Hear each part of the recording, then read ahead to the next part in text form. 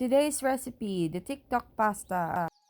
First is to put your cheese in the middle of the pan. I'm using Boursin cheese instead of feta. The recipe asks for feta, but I'm using this one instead because I think this will be way better. This cheese is already seasoned and the feta cheese will be a little bit saltier. Next is I'm just washing the cherry tomatoes, making sure it's clean. I'm using the wild ones because it looks prettier. The colors are vibrant.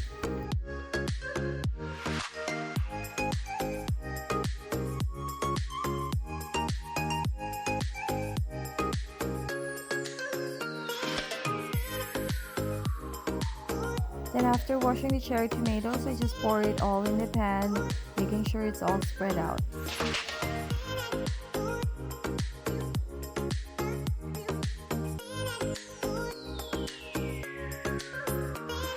Next is I sprinkle kosher salt.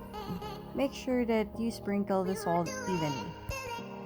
Next is I put olive oil. I just pour the olive oil all over the place, just making sure everything is seasoned well.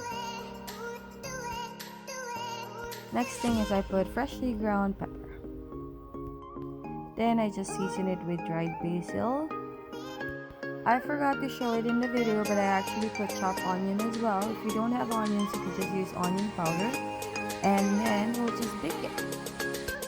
They didn't say how long you should bake it, but I baked it until the cheese is melted and then the tomatoes looks cooked.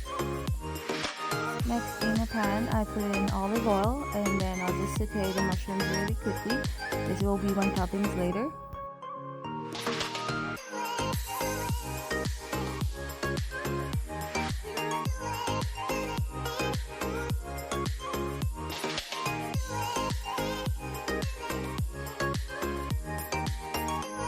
To taste, I just season the mushrooms with salt and pepper.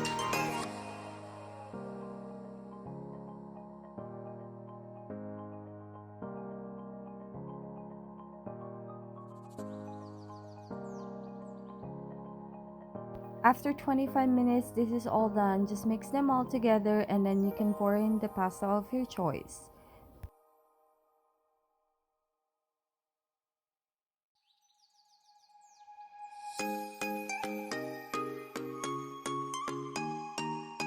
Because I'm not a fan of tomatoes, I'm not gonna eat it as it is. I'm gonna blend this using a blender.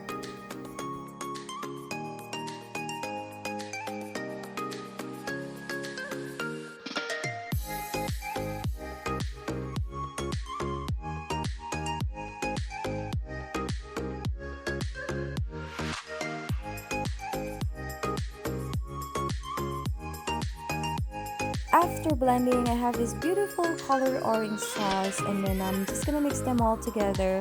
And this pasta reminds me of mac and cheese because of the orange color, but it's not. Like the herbs and the spices from the cheese and then the tomatoes, oh, it smells so good.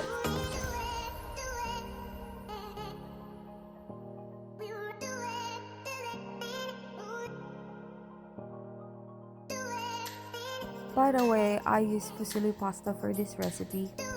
Since your ate does not like mushrooms, so I just put this much. I should be putting more because of the amount of pasta I made, but I prefer this way because I'm not gonna eat it anyway.